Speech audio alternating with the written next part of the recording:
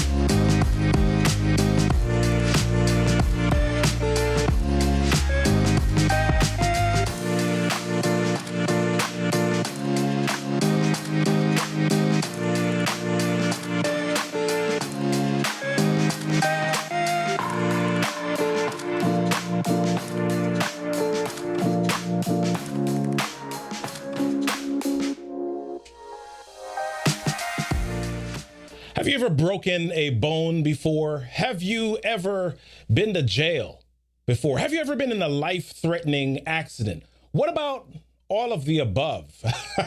How would you deal with it if you had all of those things happen to you? Maybe different times or at the same time. Hey, y'all, my name is Robert Kennedy III, RK3. That's me. And welcome to the What's My Story podcast, the show where we explore pivotal moments in people's lives that really put them on their path to success. We've got an amazing show for you. We've got an amazing guest. Let's get right to it.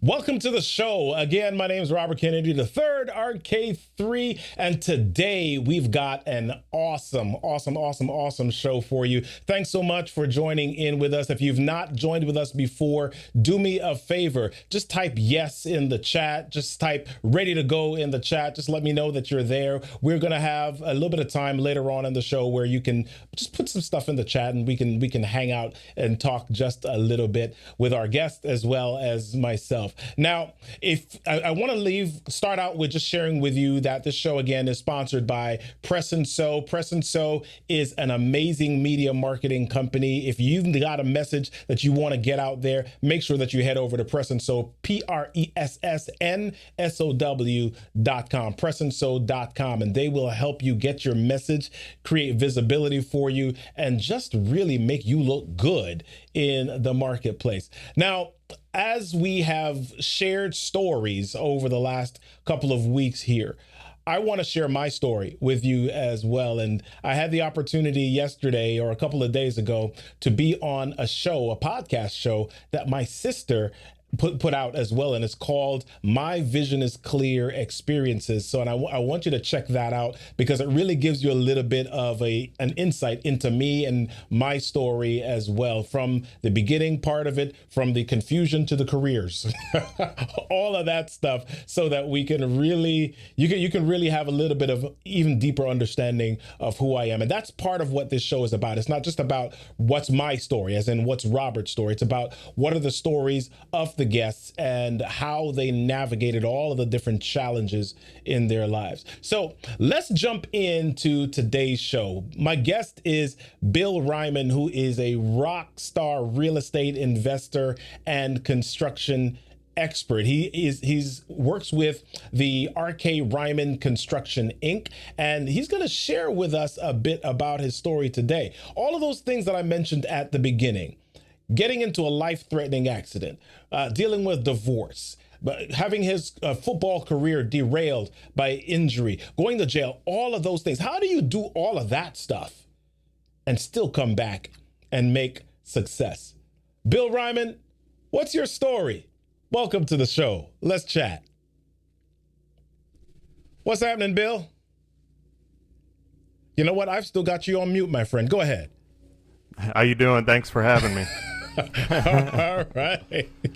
Awesome, man. Well, listen, tell us a little bit about your world right now. We're going to go back in just a moment here, but I want to learn a little bit about what's happening in your world. Right now, I'm mostly new construction, Southwest Florida, Naples, Marco Island area, also a real estate broker. So I do both. My kind of brand name, Your Broker Builder. People ask me how I do both. Well, luckily, real estate and construction kind of intertwine quite a bit with each other. So main focus has always been on the building end, family-owned, operated business. Doing it along with my brother. My sister's with us as well. She's joined us full-time about a year ago now. So it's been really great. Florida is crazy right now. A lot of people moving down here. A lot of people wanting to build and buy property. So it's kind of a crazy time in the construction industry. You're lucky to have pulled me away on a Monday, Robert. No, I appreciate you having me though. But that's kind of what I got going on right now. Oh yeah, and I started a little hobby business like me and you talked about too on the side of a little side hustle.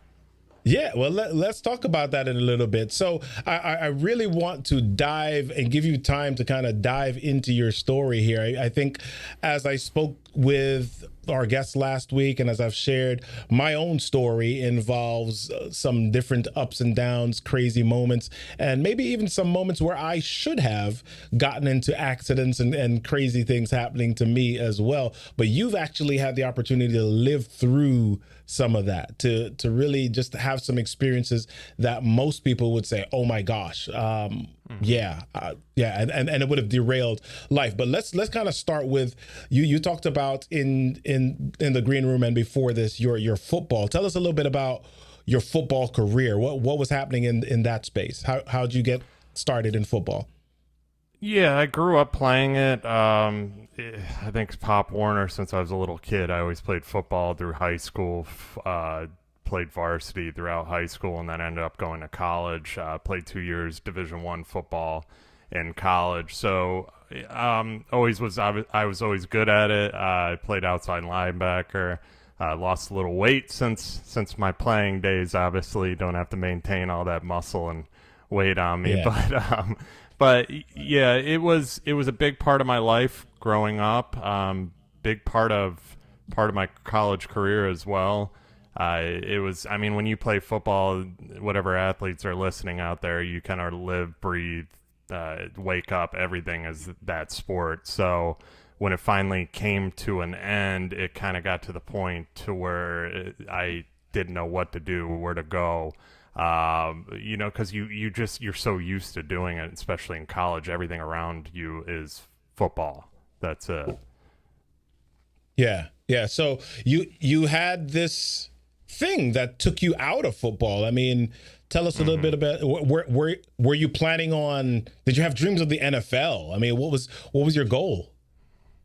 Everybody that plays a college sport, is Division I, whatever division, you always have that dream of making a pro. Yeah. And the many years that I played, that's what you strive for. That's the end all goal right there. Obviously, you want to make it into a good college. You want to further yourself academically, but your main mission as an athlete is to become a pro in some way, somehow. I got injured. I had a shoulder injury that I could have probably continued if I made the choice, but it was a very high risk of going back and just doing it over and over again. So I finally at the time made the choice. I'm like, am I going to make it to the NFL? Dealing with this, sitting out a year, doing, and then you got to sit out a year, rehab, do these certain things. And the questions all run through your head is, are you going to make it to that final spot? To me, I finally kind of settled on, no, I'm not. So it was, now what? Now where do I go? What do I do? Do I keep going to college? Do I keep doing, but then the school I was at, I was like, I don't really, I was broke at the time too. I mean, you're a Wow. college athlete. You don't have much money coming in as an athlete because all you do is, train. That's it. I mean, that's what you do. Yeah. And so I kind of was in a predicament. I think I broke up with my girlfriend at the time too. So that all kind of set its place at that time too. It was like when it rains, it pours. But I started questioning life, where to go. My dad was an ex-Marine. He was in the military. He was in Vietnam vet. My Yeah. grandpa was an ex-Marine. So I was coming out. I was, 19 at the time. So I started questioning, should I just go into the military? That was and it was Iraq at the time and so on. And my dad said, absolutely not. I will never let you go through what I did. So I had a dad that kind of stood up and said, no, you're not. Yeah. If you saw half the stuff I saw, there's no way I'm letting you go into the Marine Corps. So long story short, I took on a sales. My sister was dating a guy at the time when I left college. This is kind of going into that next life phase of I've always worked construction growing up as a kid. I grew up in that business. I wanted something different. I wanted to make money. So he was in car sales. I knew I could sell. And that was my next kind of stage of life where I was like, all right, I'll try this. Why not at 20 years old go into the car business and see what happens without knowing a thing? So that was Yeah. the next step I went into. Yeah. So you're in car sales now, but you have these traumatic things that happen in your life. So I mean, people, I think some of us, we want to hear about the failures, but we also want to hear about the successes and some of the different things that led to that. So you have this car accident, or you have something traumatic happen to you. Tell us a little bit about that, and maybe the aftermath of what happened in that situation. That was a stupid choice on my Yeah. part. I was obviously, I'll say young and dumb, but obviously I made the choice. Drinking was involved. Mm. I was with a friend of mine driving late night, and then on the way back, basically lost control of my vehicle. Didn't hit anybody, Mm. but it was like one of those wake up moments of, okay, you should not have been driving, obviously, but how it happened, and I tell this story and I get chills telling it too, because I should not be here. Just Wow. thinking about how going 55 miles an hour one direction, both sides of the road were water. There's a tree called a mangrove, we call them down here. They grow in water, they grow in the ocean. So it Yeah. was surrounded on both sides by mangroves, and there was this little guardrail going 50 miles an hour. I completely spun around and went over the guardrail, which stopped my truck from going into those trees at 55 miles an hour into water, which I would have been in water, probably trapped, who knows. So my truck ended up on this guardrail. Obviously, looking back at it, obviously, I'm a man of faith. I think God definitely had his hand on me in that moment, big time. Just because it's so impossible for a truck to completely spin around and go the opposite direction. That guardrail saved our lives. Yeah. As far as that part of it, though, obviously, police came, police involved. We know what the next steps were. I went to the hospital. So did my friend. My friend was fine, but it just was all this stuff compiled all into one. I ended up going to jail for obviously I was driving Yeah. at the time, and ended up going to jail at the time. And so long story short, spent a little time there. But it was a life lesson, because we all make these choices, especially when we're young. I think I was 21 at the time or whatever, but we make these life choices that, kind of bring us into where we are now. And I'm a big Right. believer in that too, because that changed a lot for me too. Obviously the after effect was horrible. I had to go deal with court. I was in school. I was back in college at the time, trying to finish school. I didn't have a vehicle. One point, I was working for my dad here and there on weekends and so on. And so at one point he made me drive a bus back, or take a bus back home all the way from Tampa back down to this area, because he's like, Wow. find a ride. I need you to work, figure it out. Nobody can give me a ride. So he goes, all right, get a bus ticket, get back home. I need you. So that's how my dad always was. I mean, he was very hard-headed. You got to work for what you want. Nothing's handed to you. Nothing's ever given to you. You did what you did. Now you figure out a way to get out of it. Now you got to make money because you got to pay for it too. You got to pay for the situation. So that was a big life lesson that happened to me as well. Wow. So you're at this point 21, 22 years old, below the quarter century mark at this point, and already you've had significant things happen to you. You've had this car accident, you've had this injury that's derailed whatever dream you had. You went to jail inside of all of this. At this point, how are you feeling? I mean, what is it? What do your dreams look like to you at this point? Do you still have goals in mind? Do you feel like you can accomplish things, or are you starting to feel a little bit like, my gosh, I have no idea what the heck is going on in my life? How are you feeling at this point? I think it was your last choice, more all over the place. No idea where I'm going, what I'm doing. You put yourself in these situations where you're like, all right, what next? What do I need to do?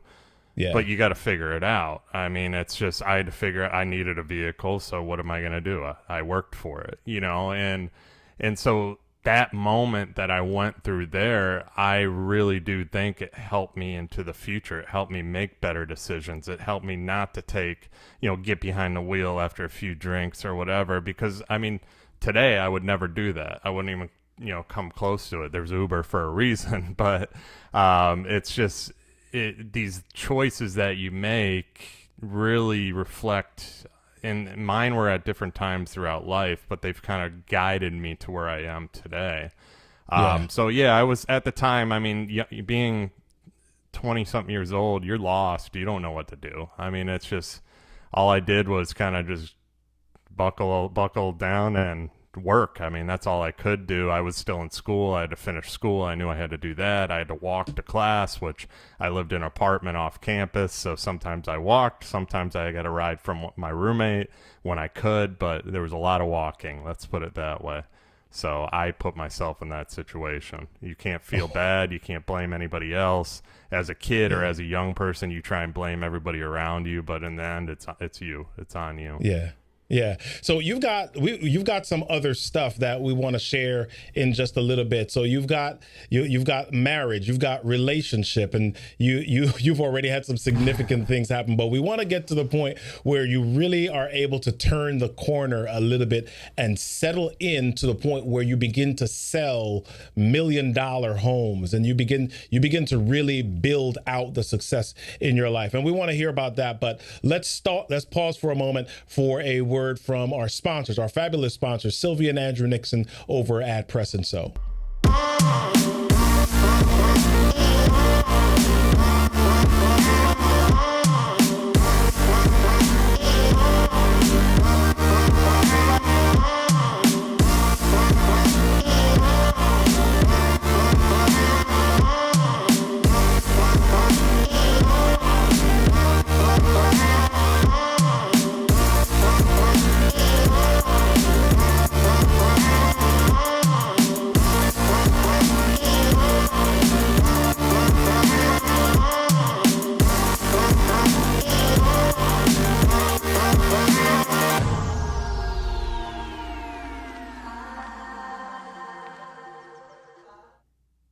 Just want to say a quick thanks to Sylvia and Andrew Nixon over at Press and Sew. Make sure you hop on over to pressandsew.com for all of your media manufacturing, your swag needs. Let's jump back into our story. All right. So you are at this place where you've been through all of this crazy stuff. And now you've got this relationship, and the big D word enters all of that, right? So tell us about that situation. Yeah, I think it's been 2 years now. 2 years I filed officially for divorce. The situation was, I kind of, so I started how the process started. Let's put it this way. I ended up getting married, and I should have not have did it. I think I had blinders on. I just made the decision because I don't really know at the time. Like, I didn't really evaluate things. I thought it was what was right, what I needed to do. My brother and sister were both married. They both have kids. Obviously, I'm behind them. I'm younger, but I don't have kids. I, obviously was married, but I ended up marrying this girl. We were off and on for a while. Long story short, had a wedding full on. And then I really started, I guess a year into it, I really started evaluating things. And I was like, what am I doing? I'm not happy. I was in a situation where I just wasn't happy, but I was more trying to fix the person I was with rather than focus on myself. And I kind of started seeing that. I'm like, I can't really focus on myself. I can't really, be me. I wasn't myself with this specific person because I was always worried about that person and their wants and needs, which was a huge, huge thing I realized. Well, personal development started. I started my personal development journey probably, I want to say 3 years ago now, maybe a little bit longer.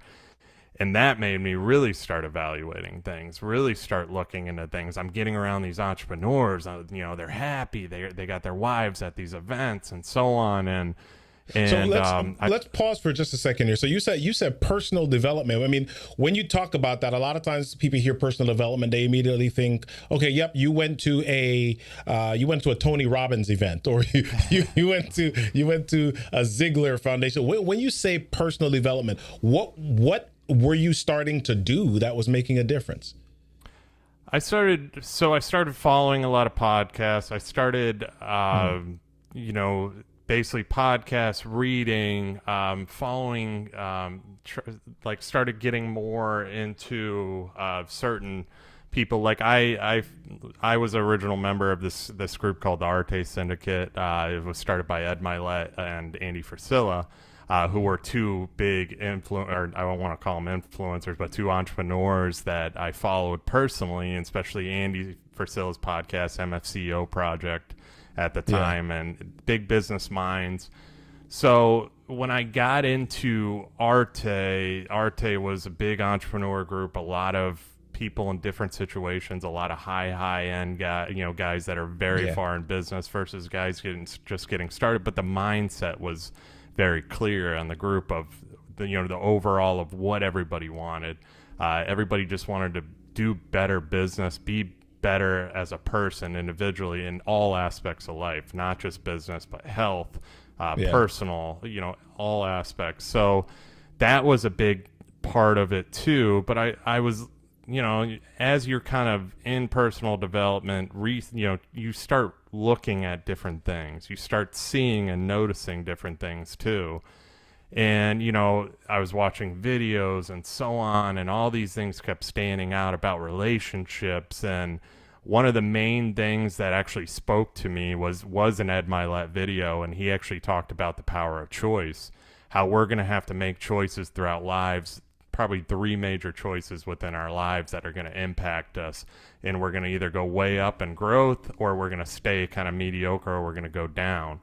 And, he started talking about a rocking chair test too of, where are we going to be when we're older and our grandkids are around us? Who are we going to be? Are we going to live with regrets? Are we going to, and are you going to tell your grandkids the story you didn't want to tell them because you didn't make that one choice? And that was like very powerful to me. And I really started evaluating, because if you think about life, we blink and it's 5 years.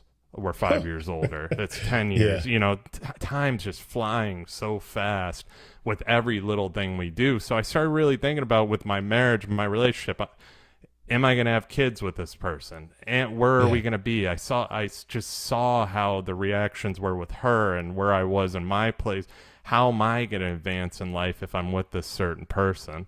So it takes a lot for somebody, guy or girl, to realize these things and kind of, because so many people are stuck. They live in comfort. They just sit. They say, you know what? it is what it is. I'm older. Who am I going to find? Who's going to want me? I'm 30 something years old or 40 something years old. Like, I can't get out of this marriage. I can make this work. Let's just try and make it work. But I didn't want to put a Band-Aid on something anymore. I wanted to just move on. And I finally said, that's it. Nothing's going to fix this. That person has to be willing to change themselves, and they weren't, because I couldn't change her. She had to be willing to do it, and I didn't see any kind of change happening. And that's when I finally said I'm done, and I moved on.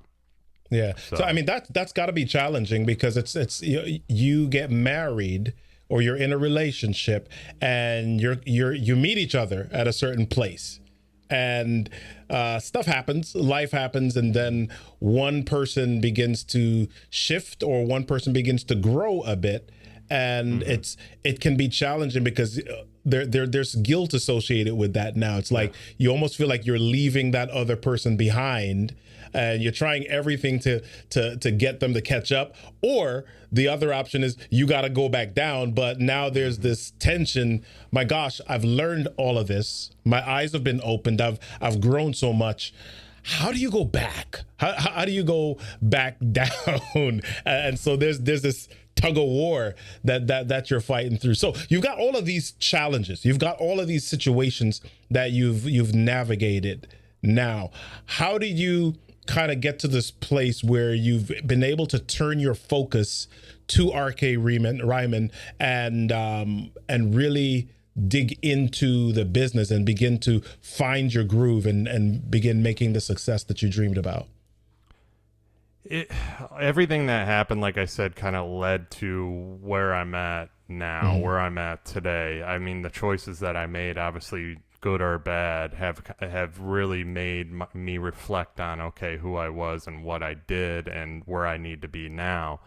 Yeah. So I'm a big believer in don't look in the rearview mirror, look forward, always just keep your eyes ahead, because the things in the past we can't change. So I can easily say, oh, I regret doing that. Oh, I should have never married, or, oh, divorce, I had to spend this amount of money. You can go on and on and on constantly about what you did in the past, but it's not going to change. Or what if I would have not have got hurt playing football? Or what if I would have went to a different school? It's just so many people sit in that mode, sit in that kind of shoulda, coulda, woulda, instead of looking forward. And when you completely change everything and dial in on what's in the future, what you need to do to progress your business, what you need to do to get ahead, that's when things change. So, obviously past was the past. Obviously I'm with a new girl now. She's polar opposite of what I had. She is amazing in a lot of ways. I always tell her to listen to these things too, because I shout her out all the time. But she's helped me, finding, that person that is in your corner too, and especially that accepts who you are. Like, I like to work, obviously. I like to I'm always doing different things. I mean, obviously, business wise, I have my podcast. I'm doing social media. I have all these different things I like to do. Now a card business. She thinks I'm crazy sometimes, but she's always there, always asking for help. That's a difference maker. When my ex didn't ever do that, they weren't in my corner. It was more, like I said, about that person too. So a lot of everything added up to where I'm at. Now my main focus is looking ahead, always trying to improve personally and, spiritually, physically, as much as I possibly can. You learn, I guess, the more you progress too with all these different things, you kind of learn, okay, what you need to do. You realize when you're getting off track easier now, I guess, too, is the way to put it. It's a weird thing to say, but I know when I'm getting off track, and I know when I got to shift directions and get back on too, after all these experiences that I've had. So, answer your question. I mean, my main focus obviously is just trying to further the business. I have goals, long-term goals, short-term goals, just trying to get better as much as I possibly can. Yeah. What are some of the resources that you would recommend? I know you mentioned your accountability or your entrepreneurs group earlier on that really helped you in your journey of personal development. But you also mentioned reading. What are some of the books? What are some of the resources that you have really centered you and helped you to grow? Yeah, personal development books I'm big on. Obviously, you got Magic and Thinking Big. Right now I'm all over the board with books, but this one's my recent one here. I don't know, there's a camera, but that's one recent there. And so that's another one. I read a lot of books. I have a whole bookshelf over here on people, entrepreneurs, their personal journeys, and so on as well. It's just always, I'm a big believer in reading. Train your mind. If you can't read, at least put an audio book on, put a podcast on, learn. Learn from stuff like you're doing, Robert. Have people listen to shows like this. This helps. Just see people's journeys, because everybody's going through stuff. That's the thing. They're all going through something. No, you get away from social media. Not this stuff, but as far as like Instagram, you see this positive. You always see the positive on everything. You always see the fancy cars, the things like this, and these people are just constantly posting, like their lives. But those people are going through something too. That's the thing, and whatever you can do to try and get yourself ahead, whether it's reading a book, join a group, there's so much out there on Facebook too. There's so many accountability things you can do for free. The Arte Syndicate, I obviously joined. It was a big thing that I did in my life. I've been to the conferences and stuff like that, but this was something different that actually helped me. But there's something out there for everybody that can help change their lives and just motivate you and push you. So awesome. Tell us a little bit about your podcast and other resources that you have to really help people, especially in the world of real estate. My podcast is actually all about real estate, all about construction. It is the Real Build podcast. It kind of shows people what to look for, whether you're buying, building, selling, renting, all aspects of all those industries. I've had mortgage. My recent one was a mortgage professional that I just had on. Amazing. He's controls about $2.1 billion in people's assets as far as mortgages and so on. I had a real estate professional that specializes in short sales, all that. I've had interior designers. So if you're looking to build or buy, I've had literally everybody you can imagine to kind of help guide you along the way. All these people, similar mindsets, just want to do business right and deliver a quality experience and product. Also, you could also real estate wise and construction. Our website's rkrymanconstruction.com. You can find me there, and I have rymanproperties.com, which I'm going to be revamping to a personal site here shortly. So. Love it. Listen, Bill, it's been fabulous to have you on the show today. Thanks so much for sharing your knowledge, sharing your journey and your story with everyone today. Hang out in the green room just for a second while we wrap up.